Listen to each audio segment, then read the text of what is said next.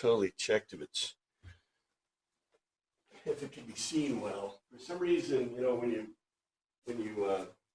make a recording of a thing, it doesn't have the flicker like it used to back in the good old days, but it still is not as clear as I like it to be. It looks really clear to me.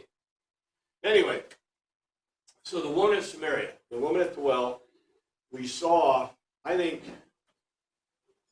we're gonna even see more strongly that this lady, I just cannot believe that people, let's just put it this way. Anybody who says that the New Testament is patriarchal and completely anti-woman or in any way anti-woman has got to be an idiot. Even if you don't read the Greek, you can read between the lines and see how many, let's just say, how many characters, right? How many people that are women who are mentioned in the New Testament, right? I mean, especially compared to ancient literature. Just look at Xanthippe. Xanthippe is the wife of Socrates. She's mentioned a bunch of times. She's supposed to be a philosopher in her own right, but guess how many writings that exist either from her or about her? Almost zero. The only thing we know is she was a shrew, supposedly, right? And we get a totally negative picture, but that's general Greek literature, right? Because they're a guy, you have the women protecting the gynoecium for a really good reason. We have that kind of culture. And yet in the New Testament, what do we see? Matthew, Mark, Luke, and John. Every single one of those have histories, have accounts of women who were approached by Jesus or by the disciples, both positively and negatively in many ways, in lots of ways, right? And then we have this woman from Samaria who basically, this is almost the Mary, I don't know what they always kind of try to argue that Mary Magdalene was not a prostitute, et cetera, et cetera. I don't know why that's so important, especially the Catholic Church. But there are a lot of men who are just as bad as these other women, right? It's just that women, that's about all your occupation could be. And when we study the Old Testament, right, you have concubinage marriage, which is slave-based marriage. You have all kinds of things that we don't even, well, they never tell you about, right, when you're in Sunday school. Many times they don't even understand the concepts or the ideas. They just toss them out. You read them, yeah, she's a concubine or whatever, and no one seems to ask the question, well, what's a concubine, right? I'm like, it took me a few years to finally figure that one out. And it's not that they're hiding it, it's just that nobody wants to talk about it, right? So we have this woman from Samaria, and we're going to get into even more depth. Here's a woman who is so smart, and we're going to find out even more how smart she is. That Jesus asked her questions that he never even touched with Nicodemus. And not only that, we're going to see the direct connection between, by the way, the 3rd chapter and the 4th chapter. There are direct connections between the two. We never ever study them. We never ever look at them because we don't look at these documents as a logos to telos. We're usually told they're just accounts or stories or whatever. But these are accounts that are, no kidding, logos to telos in Greek that drive the point home. And so let's see this. Okay, so we looked at the Greek last week, and here was the translation. Assigning a reason, you have held 5 men, and now whom you hold is not your man. You have uttered not a false tale. So she basically, Jesus says, okay, how many people did Jesus ever tell that you are telling me the truth? Right? I mean, you can count them on your fingers. It's like one. It's this woman. This woman told the truth. I think it's astounding. Now, here's a great question. Why is this man not hers? There could be a couple of things in this. First, in the ancient world, as you know, marriage is sex and sex is marriage. When people are having sex, they are considered married. The only time they're not is when another holds a stronger claim. In this case, it could be that the man she's with has another woman who is still his wife by law. So therefore, they can't be married, right? Although they could be having sex. You know, the other thing is, she is legally the wife of another man. Most likely, she's still the wife of another man. Claims of men with more than one woman were considered legitimate, while for a woman, they were not. So, right, a man can have more than one wife, but generally a woman cannot have more than one husband. And so that could be the thing. There are other things that really are not, we don't see any evidence of that.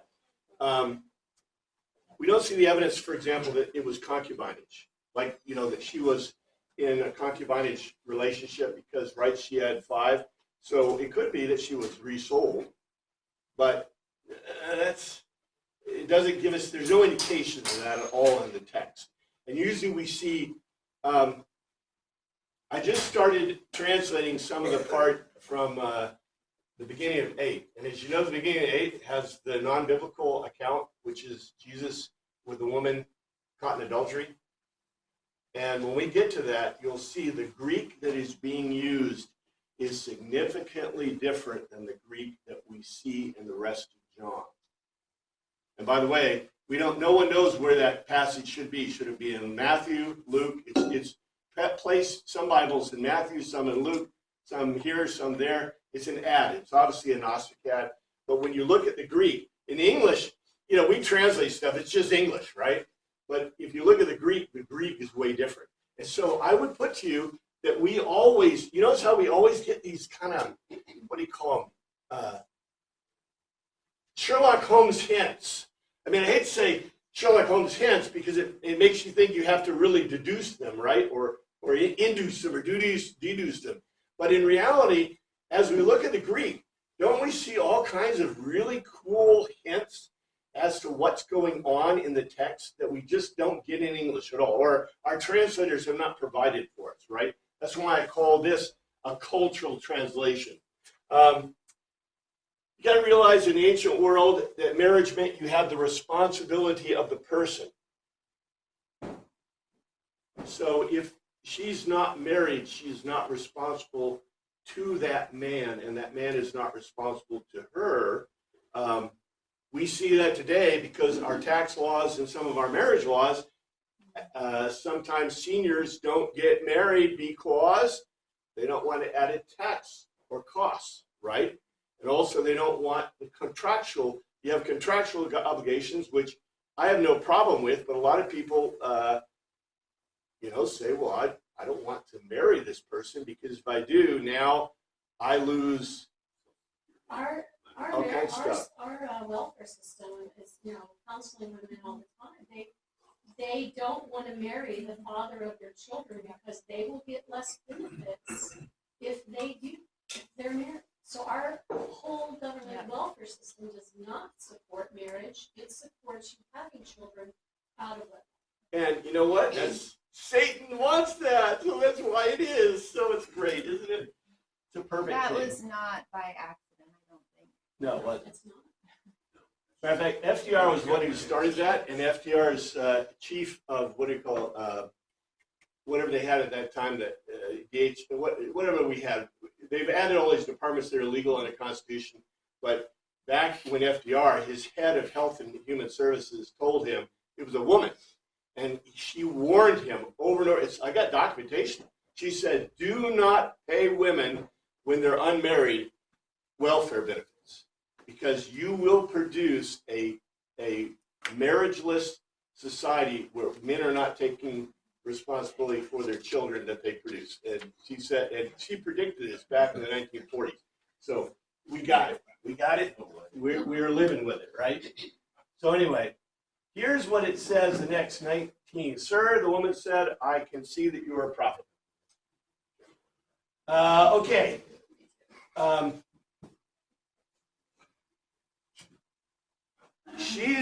Okay. How many men? What did Nicodemus say about Jesus? I'm a rabbi. You're a rabbi. What? Great teacher. How many other people called him a prophet? Who else called him a prophet in John so far? You know, John the Immerser. called him a prophet, right? A foreteller, right? Who else? Nobody else. Well, the disciples kind of, they hemmed and hawed about it a little bit, Hey, you saw me under the tree, but, they never went quite that far. You're a foreteller, you're a prophet. Look at what this Samaritan woman. Amazing. The woman said to him, Sir, I perceive you're a prophet. Here's what it says. She makes a logical argument to him. The married woman makes a logical argument to him. Supreme in authority, I'm a spectator that you are a foreteller. You are. The identity form. The married woman makes a logical argument to him. Supreme in authority, I am a spectator that you are a foreteller. And really, he didn't see the past. He didn't see the future. Or maybe he did. He saw what she was. He knew everything about her, which is pretty astounding. Nobody else, there are no other claims like this at all in John, and there are very few claims in the other Gospels like this. This is literally the smartest human being that Jesus has met, and I think Jesus meets in all of his time. And she is, how is she shown? She is not shown as a crippled character, as a emotionally, she is not shown as weak.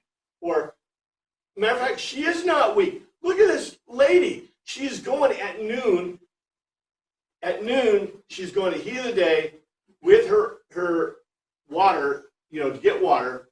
And she is not afraid to address an unmarried guy, or, Jesus, the guy that addresses her, right? And she's not afraid to answer his questions. Maybe she's the only one. But she, in her mouth, okay, is more than we get from everybody else. Just saying. We'll get even more than that because this is astounding. Our ancestors worshiped, and she's not done. Our ancestors worshipped on this mountain, but you Jews claim that the place where we must worship is in Jerusalem. Kind of straightforward. Let's see, our fathers worshiped this mountain, and you say that in Jerusalem is the place where men ought to worship. This is a setup. It's a beautiful Greek setup. And like I said, how is this connected? Okay? Look at the connection. Jesus tells her a truth about herself. She answers, I can see that you are a prophet. You are a prophet. And then her next statement is this. Our fathers worshiped this mountain, and ye say in Jerusalem is the place where men ought to worship. Let's see what it says in the Greek. The fathers of us in to the hill, to this, they kissed the ground when prostrating before a superior. This, okay, I know we translate this as worship, prosekinesan, but it means in Greek. Okay, Greek is a beautiful and a wonderful language, all right?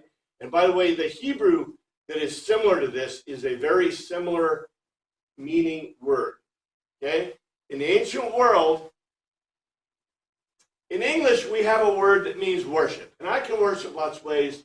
I can beat a drum, I can dance around, I can pray, I can do whatever. But in Greek, this word that we translate worship means kiss the ground when prostrating before a superior.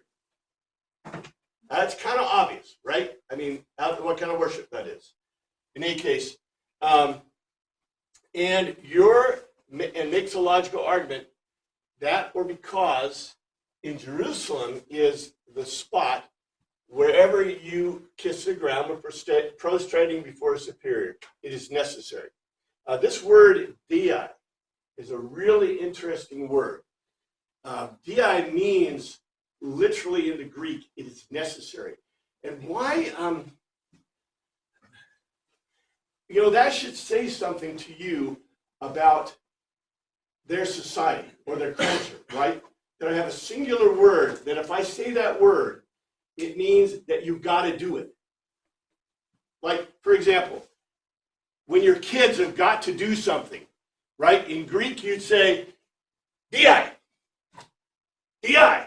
And you know what? If they don't, they're going to di, right?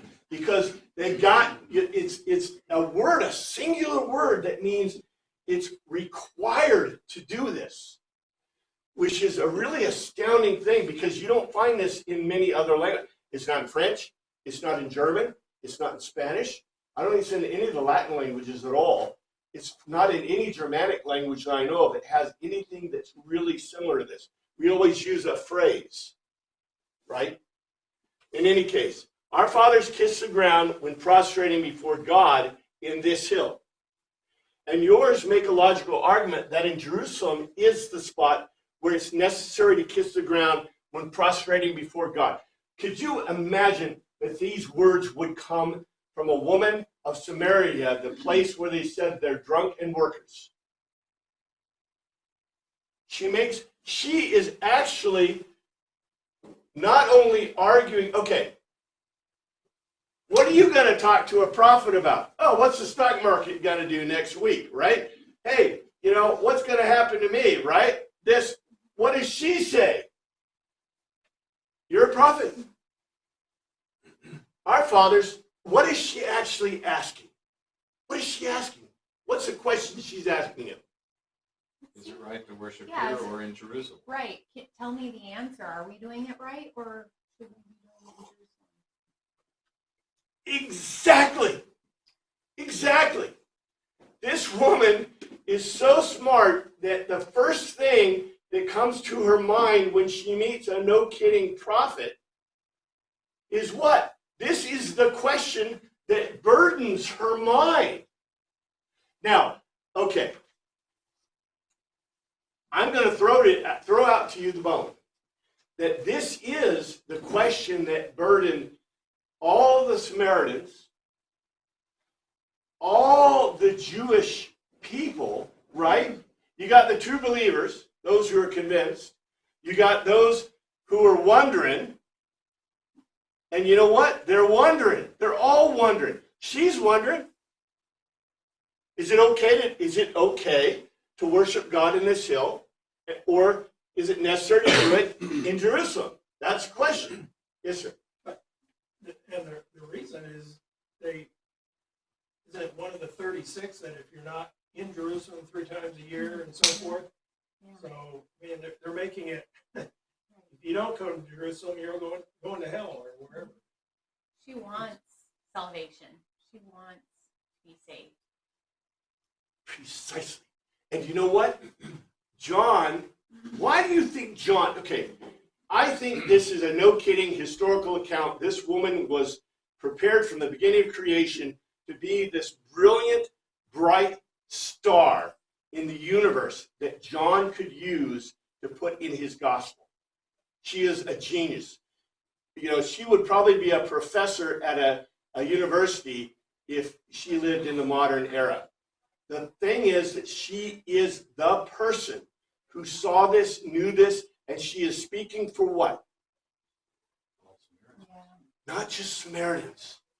Gentiles too. Gentiles. She's speaking, and who else? The diaspora. The diaspora, that is right, and she's also speaking for the Jews. Here's a woman who is Jewish and Samaritan. She's a mix. The Jews think she's a Gentile, right? The Gentiles think she's a Jew. She's speaking for the diaspora, because in the diaspora, can you go to Jerusalem the 3 times required?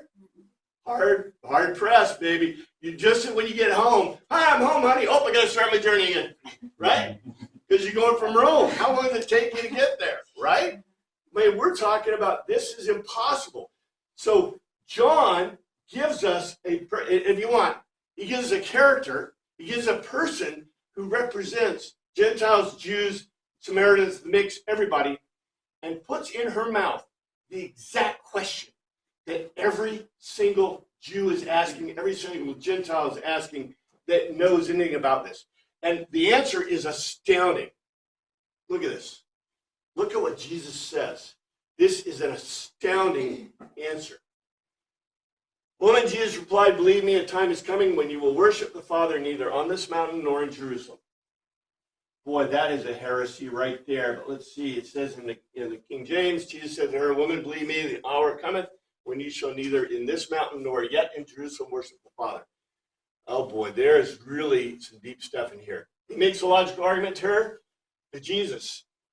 You will be convinced of a logical argument by me, married woman, that or because it's coming and going a time or period at which not to, in the hill of this, not in Jerusalem, will you kiss the ground when prostrating before a superior to a father. Jesus makes a logical argument to her, married woman, be convinced of my logical argument, that a time is coming when not in this hill nor in Jerusalem will you kiss the ground when prostrating before the Father. If Jesus had told this to the Jews, if Jesus told this to Nicodemus, Nicodemus probably would have called the guard, or tried to, right? What did he just tell her? It's not important, the location of where you're going to worship. Yeah, you can still worship. I think this is a telos revelation that is astounding. It's astounding. What did he just do? Who did he just collect under his wings? Everybody. The rest of us. Everybody. The diaspora, the Jews, the Samaritans. He didn't tell the Samaritan woman, hey, come on down to Jerusalem. That's the only place that God's going to listen, right? Now, it gets even better. It gets even better. Here's an idea. Samaritans worship. You Samaritans worship what you do not know. We worship what we do know, for salvation is from the Jews. Okay, this is not exactly what it says, but, all right. You worship, you know not what. We know what we worship, for salvation is of the Jews. Pretty strong statement there, right? Let's see what it really says. You kiss the ground with prostrating before a superior, who which not you stare at. We kiss the ground with prostrating before a superior, who what we stare at. That or because the soter, the rescuer's safety, is out from among of the Judeans. Is. So you get identity. Here's what it says in the Greek. You kiss the ground with prostrating before God, you stare not at whom? We kiss the ground with prostrating before God, whom we stare at, because the rescue is from out of the Judeans. Why is this a beautiful Greek statement? What is he talking about that they stare at?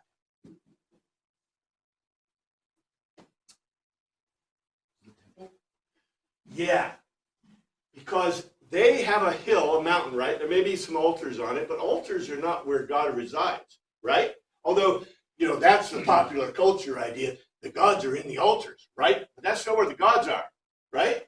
In Greek, where's the gods? In heaven. No. Where's the Greek god? In the temple. Well, In the chamber, in the inner chamber of the temple, right? And according to the Jews, where does God reside? Where does Yahweh reside? in the Holy of Holies. In the Holy of Holies, right? And so therefore, by looking at the temple, you're looking at God. So therefore, this is a beautiful, we say, you worship, not what. It's like, this is condescending, right? It says, you worship, but, you just don't know who you're worshiping. But we know. That's not what it says at all. It is a beautiful Greek statement. You kiss the ground, you stare at whom, and you stare not at whom. Literally, you do not look upon God, because the temple is not here. We kiss the ground and prostrate before God, whom we stare at, because we look at the temple. We see the temple where Yahweh is supposed to be. This is not a condescending statement by Jesus. He's not slapping the Samaritans because he's saying you're not smart enough to know who you believe or who you trust. He is, and she knows this. She gets this, because what does she say? And this comes on. Yet a time is coming and has now come when the true worshipers will worship the Father in the Spirit and in truth, for they are the kind of worshipers the Father seeks. Okay, let's see what it really says, because this is a really, really important statement. And by the way, this is the direct connection to old Nicodemus in the 3rd chapter. But the hour cometh, and now is, when the true worshipers shall worship the Father in spirit and in truth, for the Father seeketh such to worship him.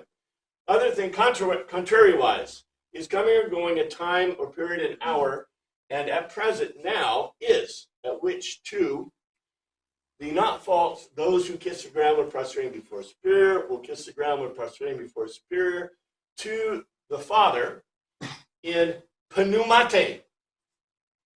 Pneumate, in the conscious breath, in the Spirit, And not false, and assigning a reason, the Pater, the Father, truly this seeks to worship or plot the kiss the ground while prostrating before a superior himself. Okay, what does that say? Here's pulling all that other stuff out. Contrariwise, the time is coming, and at present now, is when the not false who kiss the ground when prostrating before God will kiss the ground when prostrating before God to the Father in conscious breath, in the pneuma, in the Spirit, and not false. And assigning a reason, the Father truly this seeks those who kiss the ground when prostrating before God themselves. In other words, if you prostrate in your spirit, you are therefore doing what? And prostrating before God, right? So does it matter where you are? This is the message to Nicodemus. Remember, Nicodemus, you must be born again of spirit. You're born of flesh, water, but you also must be born of spirit. And God is a spirit, right? This is the whole thing in chapter 3. Chapter 3. And then we think, okay, chapter 4, he's in Samaria. And Samaria has there's no connection, right? There's a huge connection. This connection. The question here, and this is another one of those Greek questions. It's a beautiful question. Where can we worship God? Where should we worship God? And you can do it in spirit. Because God is a spirit, right? God is spirit. I think this is astounding. Also has some notes here. And also, in other words, without any intermediary. Like I said, there's a direct connection to the third chapter, continuous ideas of the pneuma of God as well as pneuma within a man. Jesus is asserting that this woman has a pneuma. You guys know why that's important? Why is it important for a woman to have a soul? And why is this statement so important? What did Jesus, through John, just announce? It puts everybody on the same level, essentially. Like Yeah. what Paul said about there's neither Jew nor Greek, slave nor free, male or female, all are one. All are one. In other words, a woman has sarx pneuma that's equal to a man's. As a matter of fact, we know in Orthodox Judaism, I know we've got this funny view, and I don't know where it comes from, that women are like less superior, but yet women are the last beings created by God. Therefore, they are the most superior beings created by God. They got XX chromosomes. They got perfect chromosomes. They ain't got a broken one. They are not the ones who originally sinned, according to the Jews. We like to make up our own tap dance about that. But it's really interesting that we have women, the peak of creation, according to Orthodox Judaism, to the point that they don't have to do certain mikvah. Of course, we've given up the Jewish thing. So ladies, if you want to start lighting the fires for Shabbat, you may. Men may not. If you want to not have to do the pilgrim festivals, men must. Women don't. There are a few other things that women can do that men can't do in Jewish thought. Yes, sir. Just had stepping back a couple steps. Are we assuming that John was a witness to this conversation, standing nearby as it happened, or was it accounted to him as maybe from Jesus himself, that this is something that happened, and now John is using this to make his point? You know what? I suspect. Okay, I'm gonna go forward in time. We're going to eventually get to the 40 time part of where everything comes together, right? But right now, Jesus is speaking presumably alone to this woman. Maybe there is another disciple, because Greek doesn't necessarily tell us everyone who's there, right? It's just the way it is. If somebody's not important, you're out. You know, they don't even care if they don't even mention you, right? This happens throughout Greek literature. It's just the way it is, okay? So there may be, John could have been there. But let me tell you what. What do you think happened when the party came together? What's that? They told their story. They shared it. You can't miss what's happening. This lady, we're going to find out afterwards, she is doing what? Telling everyone. Okay, everyone who listened, she is telling. So you think the disciples could miss it? They can probably screw it up, but they can't miss it. I mean, that's just our disciples for us, right? Yeah, it says, well, verse 8, first disciples had gone away into the city to buy food, so it sounds like Jesus is the only one there. Yeah. But then they surely would have heard, as you said, when there was like a commotion in the town over all this later. Well, and the next thing is, that what are they going to ask Jesus? What What happened? have you been Yeah. doing? Yeah, Well, you what- know, they know, because verse 8 happens after the Samaritan woman came to draw the water. So apparently they leave after she's already there. So they had to have seen her. maybe they saw it, maybe not. If John had been there, Yeah. he would never mention it in his own writing. Because in Greek, you wouldn't put yourself into your own story. That is precisely correct. In Greeks, okay, I don't know why ancient world people did this, but they got this thing. There's a thing in the ancient world that you'd never mention that you are where you are. And that has caused great consternation in a lot of Greek history texts, like Herodotus and some other things, because it's hard to tell when he was where he was, because he never attributes the fact that he was there. So we don't know whether he got a direct account or an indirect account. And this is true of all ancient literature that is historical in nature. So they just don't tell. It's a cultural thing, okay? It's just like, ego eimi. Yes, ma'am. There's an implication, though, in verse 7 and 8. A woman from Samaria came to draw water. Jesus said to her, "Give me a drink," for his disciples had gone away into the city to buy food. So it's sort of implying that he asked her because there was nobody else there, right? Well, and also, okay, we saw a picture of the well, right? I mean, it's about this big around. What are you going to do? Hey, I'm going to climb down there. Oh, yeah, somebody would really be irritated if you did that. You stick your feet in the water.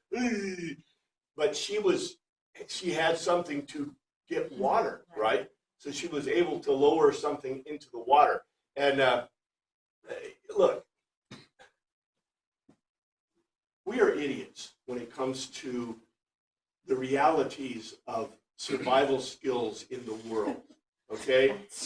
And when you think about what did she have to have?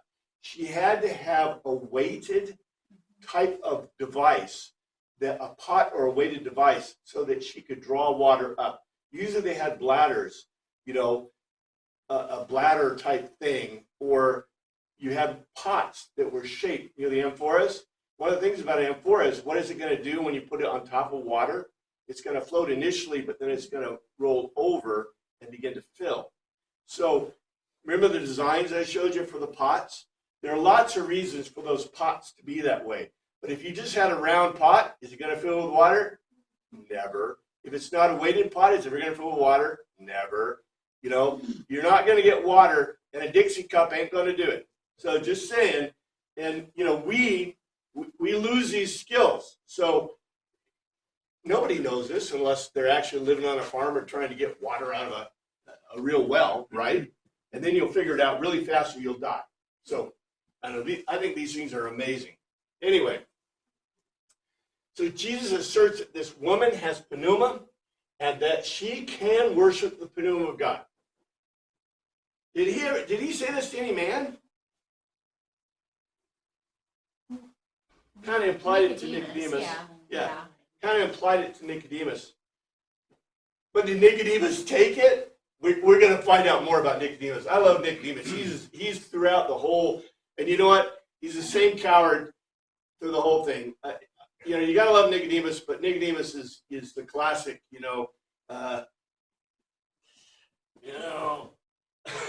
kind of, I don't know, it's kind of funny. I think it's almost, I think, look, Greek literature has a lot of comedy in it, ironic kind of comedy.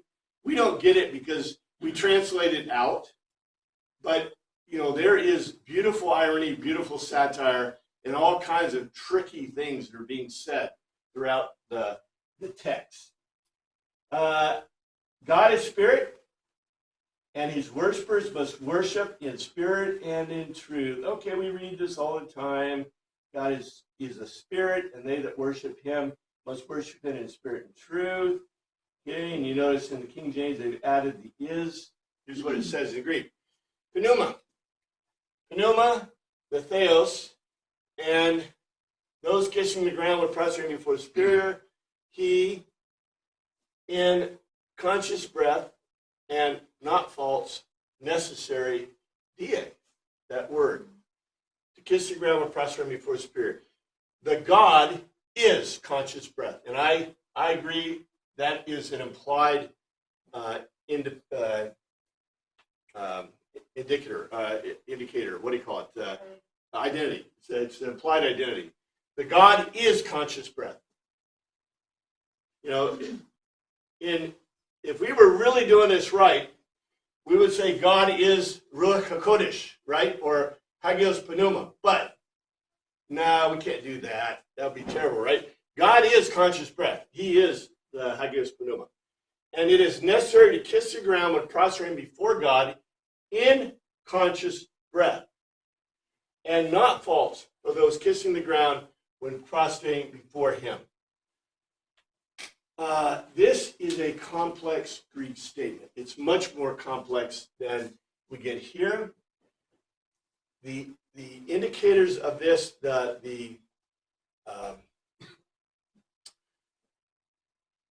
this goes back to everything that Jesus has told us, right? Because if God is conscious breath, number one, that's proof. That's a proof context. That's the text. We already have said it. So you don't have to be in Jerusalem. You don't have to be on a holy hill. You don't have to be here. You don't have to be there. You can worship God anywhere. And by the way, this, we know that this was this is the later gospel.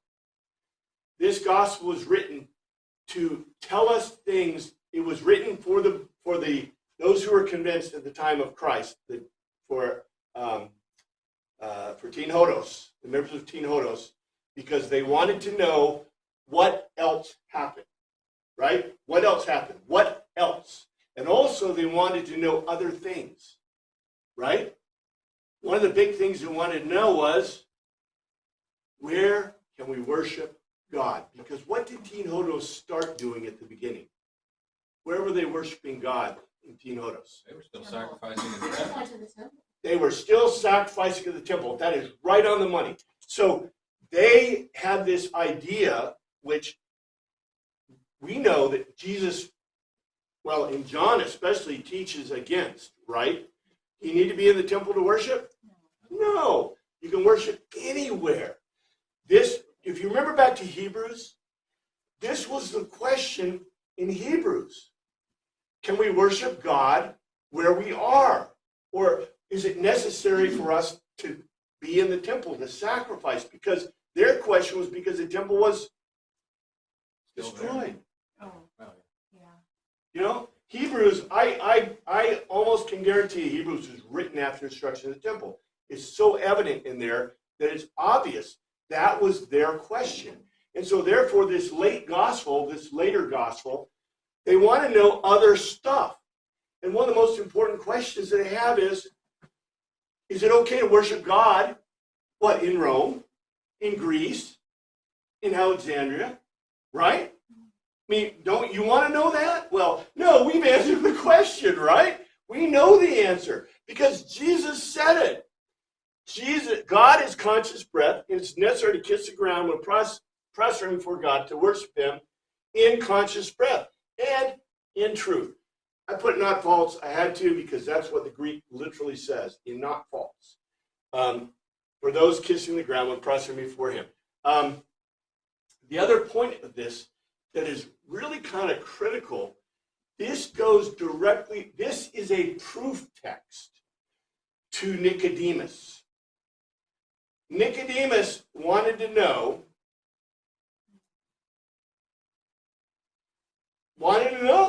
right? You're the rabbi. He acknowledges the rabbi. You're a rabbi, right? Not necessarily a prophet, but you're a rabbi.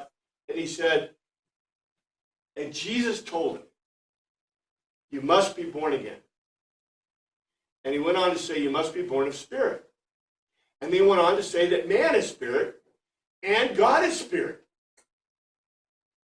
Beautiful Greek stuff. Beautiful Greek stuff. Sarxoke.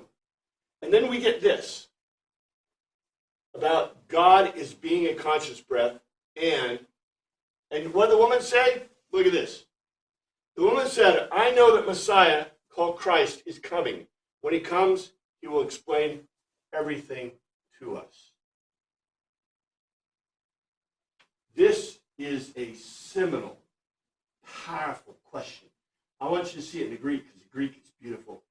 The woman It's said unto almost him, as if she's saying, are you the Christ? well, wait till you see the Greek. I know that Messiah is coming, which is called Christ. When he is come, he will tell us all things. She makes a logical argument to him. She didn't just say that, she makes a logical argument to him. The married woman. I stare at that because a Messiah, anointed one, that's Hebrew. Messiah is Hebrew. Is coming or going. That makes a lot, lego missos, makes a logical argument. Christ, the anointed one, that's Greek. This is really important.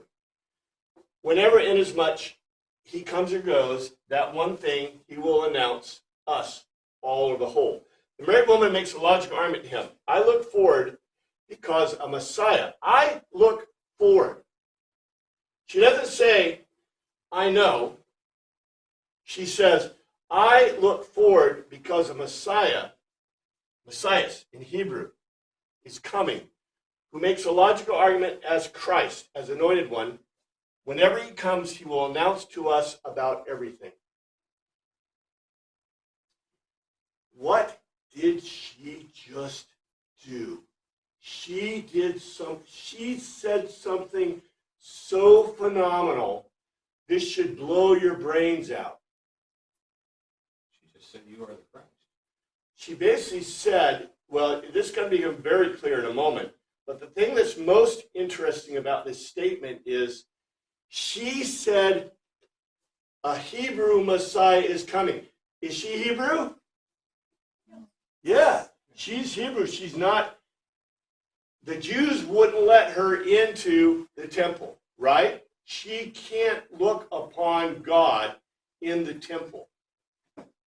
She looks upon God right now in the hill, right? In the hill shrines. But she looks forward. Personally, I look forward because Messiah, the Hebrew Messiah, is coming, right? But then she goes on, who makes a logical argument as Christ. Christ, Christus, the anointed one, is Greek. What did she just do? Say that Messiah is for everyone. She knows that this Messiah, who is Hebrew, is also the anointed one, Christ, in the Greek sense. She just said, okay, right, she can't school Jesus. Jesus knows this, right? But she just told him, I know that this Messiah is for the Hebrews and me, and for the Greeks and me. Yes, sir. I'm just thinking, she's saying this to Jesus at the time, thinking, Well, you've been saying some very interesting things, so I'm going to tell you what I think. And she explains this because now she's starting to suspect you might be the guy. Almost a challenge. Yeah. Well, look, she makes a logical argument. So this isn't just like she just flips it off, right? This She's, isn't a 5-minute conversation. But she's saying from his words, by saying all these things, like, you don't have to worship in Jerusalem, basically, for, like, that, what he's saying fits with what she believes there. You know, she's deeply spiritual. yeah, obviously. This is Well, obviously coming through and where I've never had that opinion before. not just deeply spiritual. This is a very, very intelligent human being. This person is, look, does she know her scripture? Yeah. Yeah, and you know, who knows what she reads or what she is able to read Well, and who taught? or who taught her, right? But maybe she knows Septuagint because why do you think she might know Septuagint? She says She has Christ. Greek. Well, yeah, the Greek. Yeah, she uses the Greek. And she's obviously speaking Greek to Jesus, right? And it's because why? How do you know she's speaking Greek to Jesus? Not quoted. Well, all of this is Greek until you get to Messiah. This is the only Hebrew word in there. If you were speaking Hebrew, this would not be Hebrew. It would be something else, right? So she's obviously Greek speaker. The Samaritans probably were because they weren't stupid, right? She's super intelligent. She obviously knows, and she either is she living with the rabbi? I don't know. Just from the area. Okay. She's obviously educated to some degree. Maybe even can read something, right? Which is okay. This is just really peculiar in its import. Yes, sir. I think that her logical argument includes an equation. You think? Yeah, it's you've told me these things. The Messiah will come and be able to explain everything. Therefore, you are him. Well, let's see what she says. I got some of here, some notes. I hate this that flips like that. This is a very powerful logical argument. The conclusion of the telos of the married woman. This is the conclusion of the telos of the married woman. She gives us a telos. Reflects very complex understanding of Christ. Reflects John's original statement about the logical argument that created the cosmos. This goes way back to the beginning. There is even more complex understanding of the Messiah is also a Christ. He's applicable to her as a Samaritan, as well as those who speak Greek. But reason also to the Jews. This is a critical expression that was very important in the ancient world. This is a question of Hebrews. Does this Messiah of the Jews also apply to us, Greeks and Romans? The woman who is not Jewish, Greek, or Roman gives us a reasoned argument to this truth. Reminds me of what we talked about in Hebrews over and over. Yeah. Well, one of the reasons I think it was so fun to do Hebrews before we did this, and I tried to do this logically. We did Hebrews, then we did the Torah, and then we did this, because I really wanted us to be able to have the background of Hebrews as a late document, and then the Torah as the basis for natural law and for, the basis for sacrifice and all other stuff, and then go into John, which is, I don't think, a very Jewish document at all. It is a total Greek, kind of expression, very powerful Greek expression, in my opinion. Further, this shows how intelligent and aware this woman within her society and culture is. She understands that which Nicodemus could not, and presumably that which the disciples can't understand at this level. This lady, Jesus should have hired her. She should have been his guide helping the disciples. They probably wouldn't listen to her. But, somebody needs to write a story about this. It'd be a great short story about the woman from Samaria hired by Jesus to try to help the disciples learn, right? They're just clueless. That's a great comedy. Well, it reminds me of when the sinful woman came and anointed him, and the Pharisees were like, do you know who this woman is and stuff? And he's saying, like, those who have been forgiven much love much. And like he's saying, like, she's above you guys. Yeah. Well, see, And this woman also needs to be forgiven a lot, clearly knows it. Well, all of us do. Yeah. Right? Right. But what I really want to point out is I don't know how to express this any stronger, that our general impression, first of all, I want us to really get rid of this blinder in our eyes about the intelligence of people in the ancient world. We, for some reason, presume that the people, the throngs, the people that Jesus is interacting with, okay, I'll give you the disciples, they're not bright. But everybody else in that culture is generally very well educated compared to us. They speak multiple languages. How many of us speak more than one language? I mean, very few of us. How many of us can, how many of us were able to memorize at least the first 5 books of the Torah? I mean, every Jewish guy, to be a Jewish guy, had to memorize the first 5 books of the Torah. The guys who were rabbis memorized the rest, and then the Pharisees were memorizing the mikvah or the Mishnah.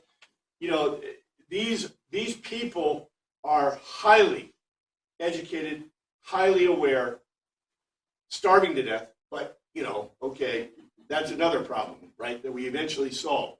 But anyway, here's 26. And Jesus declared, I, the one speaking to you, I am he. I think it's beautiful they kind of did that, but let's see the Greek is even more beautiful than that. Jesus said unto her that I speak unto thee, I am he. Lega, he makes a logical argument to her. So it's not just a statement. The Jesus.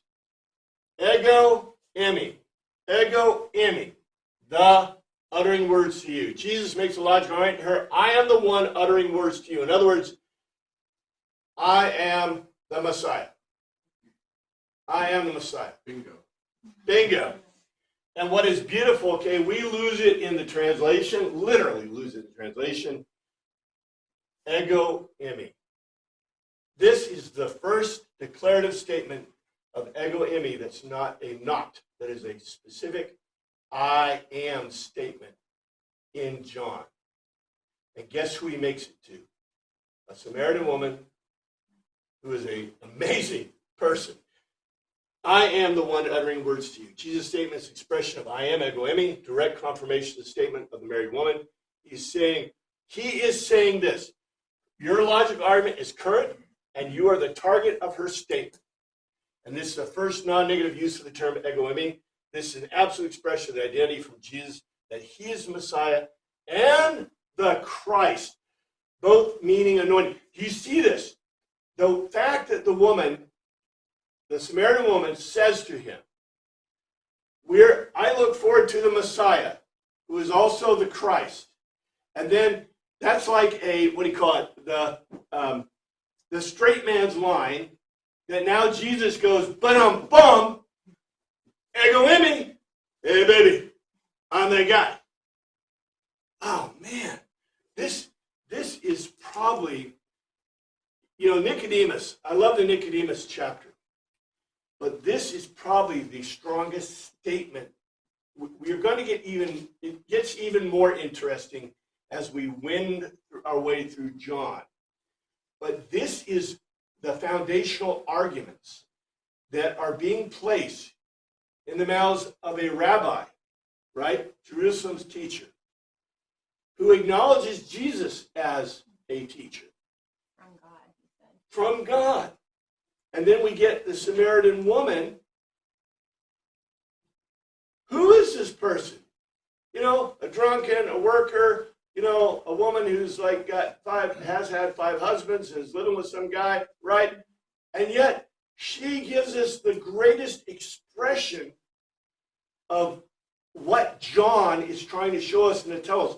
I mean, you can't make this up. I think John obviously is drawing us a Greek logos to telos. And maybe a lot of these incidents happen, but he pulled those incidents that were most important to put in this gospel. Yes, sir.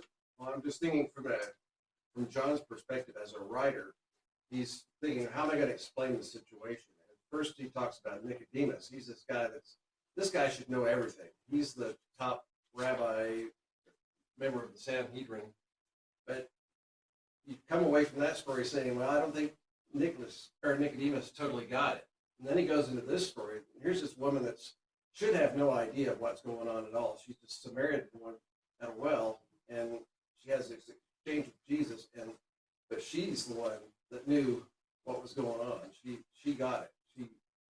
She got it. Yeah. She got it. And yeah, you know,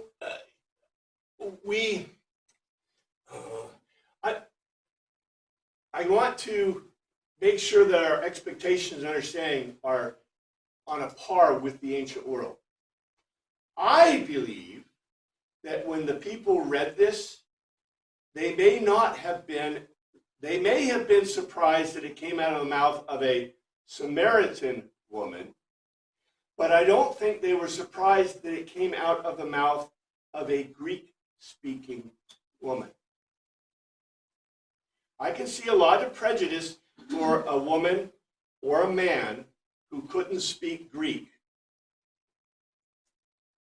But a person who's a Greek speaker automatically puts them like a little bit up, right? And then we have a person who is obviously articulate, able to express themselves, willing to express themselves, right? You know, our picture of the shrinking flowers, right? If you've ever been to Islamic nations or to nations in there, you know, that's kind of the picture we get. The real picture of the Jerusalem or Jewish woman, I told you, my favorite picture is the Jewish kindergarten teachers going to school with the AR-15s or their M16s on their backs, carrying their Hello Kitty, you know, things that, you know, with little things on it, and they're going to teach their kids in kindergarten.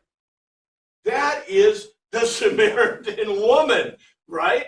She's totally prepared mentally, physically, and whatever, ready to face the world. So I think our idea, general idea of like culturally even of people, I think this should, you know, blow away part of that. Obviously, she doesn't represent every single woman there, but she represents enough of a majority that when John wrote it, nobody went, it's totally unbelievable. There can't be a person like that, right? Even we, when we read it, do we go, this is impossible?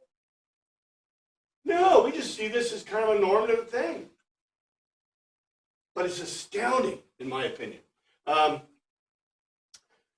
Then the disciples joined Jesus. And we're almost out of time. Let's see what they got, because here we got the disciples coming back.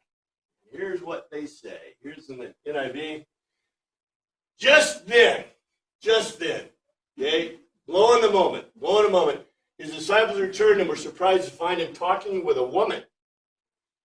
But no one asked, what do you want, or why are you talking with her? No one asked. Okay, let's see what it Are they a says. bunch of chickens or what? What did they ask? They're chickens. Look, they don't even have as much guts as that Samaritan woman. I love this Samaritan woman. What a astounding person.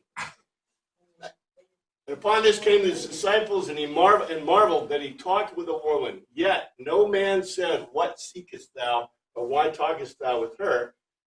And on or against this came or went the learners, the disciples of him, and they marveled or wondered, that because with a married woman he was uttering words. Not even one, indeed, though he said, who you seek to worship or plot, or why you utter words, met in company with her.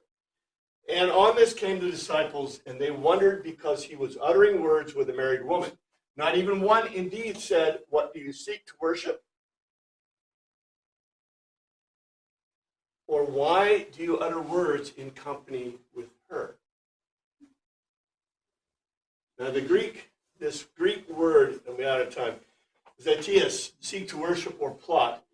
In other words, what are you, literally this is kind of like, what are you thinking? No one indeed said, what are you thinking? What are you doing? thinking? Right?